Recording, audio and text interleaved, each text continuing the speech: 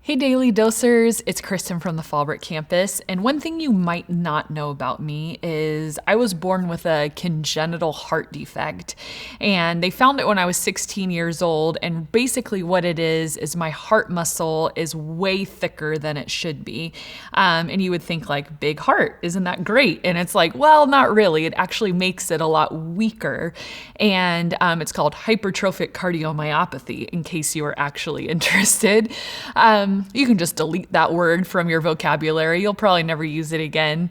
And over time, what happened with this muscle in my heart is that it got so thick that it actually grew over one of my coronary arteries. And so I was just experiencing like major chest pain for a couple of years. And I talked to my cardiologist and they couldn't figure out what it was. And it got so tight to the point where I couldn't even get up a flight of stairs. And so they kept investigating, and then they found, sure enough, in the cath lab that this artery was like smothered by the muscle. So back in 2016, they said, well, you're going to have heart surgery. And when I heard those words, I cannot tell you the amount of terror I felt of just like, you're going to crack me open and operate on an organ like my heart. Like, it's one thing to have a broken arm, but I could not fathom that I would be in surgery for 9 hours while they, like, how do you even do that? Like, remove a muscle from an artery on your heart, and is it beating the whole time? And my mind just went to all these dark places, which spiraled into now I'm struggling hard with anxiety. And I remember hearing this song by Chris Tomlin, and it was "Whom Shall I Fear?" And one of the lyrics goes, I know who goes before me. I know who goes behind. The God of Angel Armies is always by my side. And on the way to the hospital that morning at 5 a.m., I remember listening to that. And then years later, coming across 2 Samuel 5:24, and this is one of my favorite stories in the Old Testament and in the story of David. It just gives me the chills. So real quick, David was anointed to be king of Israel when he was 15 years old, but he didn't rule at 15. He was actually in preparation to be king of Israel for 15 years. So now we're at 30 years old for David, and one of his first acts is he takes the city of Zion, or Jerusalem, from the Canaanites, which should have been done a long time ago. God gave him victory over the Canaanites. He sets up the capital city of Israel as Jerusalem. You might have heard the city of David. That's where it got the name. And the Philistines hear about David now taking the throne, and they remember that punk kid. If you remember the story of David and Goliath, you remember that David and the Philistines have quite a bit of history, and they're like not about him. So they get ready to go to battle, and they're ready to fight David. And David hears about it. And this is what David does before he does anything. This is in 2 Samuel 5:24. It says, so David inquired of the Lord, saying, shall I go up against the Philistines? Will you deliver them into my hand? And the Lord said to David, go up, for I will doubtless deliver the Philistine into your hand.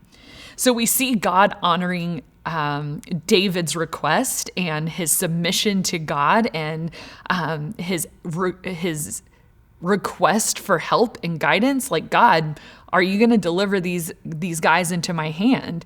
And God said, yeah, do it. But here's the best part. This is like the part of the story that gives me like chills. The first time I read this, I'm like, wait, what? And I had to go do a double take. Remember the Chris Tomlin song as I read this. Then the Philistines went up once again and deployed themselves in the valley of Rephaim. Therefore David inquired of the Lord, and he said, this is God talking to David. He says, you shall not go up. So this is a different instruction this time. Circle around behind them and come upon them in the front of the mulberry trees.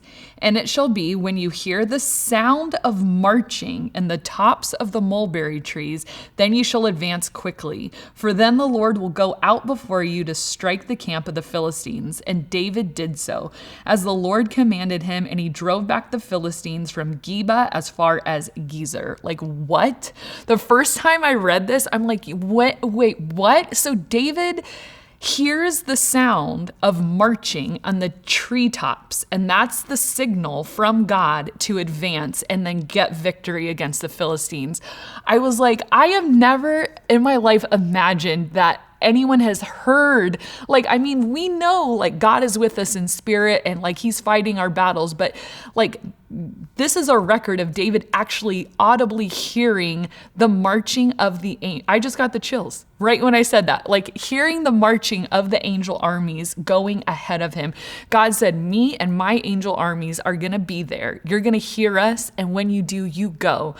And then I'm brought right back to that song by Chris Tomlin. I know who goes before me. I know who goes behind. The God of Angel Armies is always by my side. And that's not just a nice little rhyming lyric, but that is the truth of the word of God, is that there are these thin places, meaning where we are so close to the supernatural that we can almost hear it. And this is such a great example of God and David working together to defeat the enemy, that God was there with David, no doubt, and that God gave him victory. And that because David had fought battles before, but this was a different battle, same enemy, but God used a different tactic. And what I hear from this also is that no matter how comfortable we get and we think, I got this, David goes to God every single time. Same enemy, different battle. Why didn't he just grab his sling and stones again like 15 years ago? Obviously that worked once and God gave him victory. But this time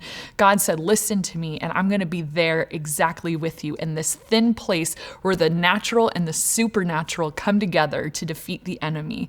Partner with God, pray to him, whatever the battle is, and he is there.